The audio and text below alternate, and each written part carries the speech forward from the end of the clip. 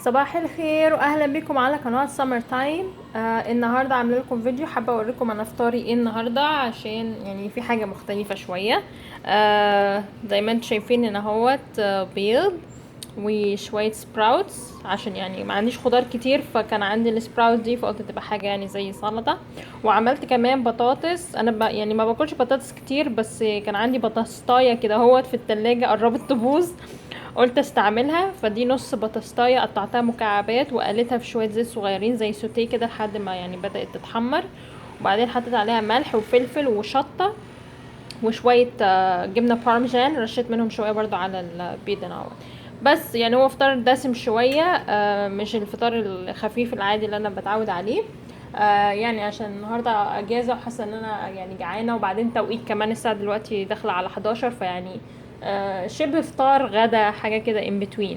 بس وحبيت افكركم كمان ان انا عملت قناه جديده للفلوجز، يا ريت تروحوا تشوفوها، في اوريدي ناس كتير عملوا سبسكرايب. انا القناه دي هخصصها للفلوجز بس، وعندي اوريدي المواضيع اللي انا هتكلم فيها واوريدي صورتها، واوريدي كمان حملت 2 فيديو على القناه بس عاملاهم يعني برايفت، مستنيه لحد ما يبقى في عدد يعني معقول من السبسكرايبرز على القناه علشان يعني عدد كبير يستفيد من الموضوع.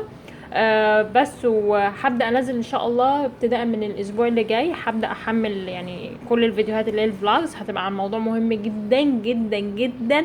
انا يعني سو اكسايتد ان انا اتكلم فيه واشارك بيه معاكم، وهحاول ان انا يعني اكون يعني احط معلومات على قد ما اقدر، وهيبقى الموضوع كله معتمد على الاسئله يا جماعه. يعني انا هعمل فيديوهات وكل حاجه، بس هيفيدني اكتر لو انتوا تسالوا، يعني بعد ما تشوفوا الموضوع تحطوا اسئله على قد ما تقدروا، وبناء عليها انا هعمل فيديوهات ردا على الاسئله دي، لان الموضوع ده هيفيدني ان انا الموضوع يبقى منظم اكتر، والمعلومات تكون حتى كمان مفيده ليكم، بدل ما اقعد اتكلم في حاجات كتيره ممكن تكون مش مهمه بالنسبه لكم. فاحسن ان انتوا تسالوني اسئله وانا ارد عليها في الفيديوهات. بس فروحوا على القناه الجديده اسمها سمر تايم فلوجز، واللينك بتاعها هيكون تحت الفيديو دون. واعملوا سبسكرايب، وهشوفكم الاسبوع اللي جاي ان شاء الله في اول فلوج. مع السلامه.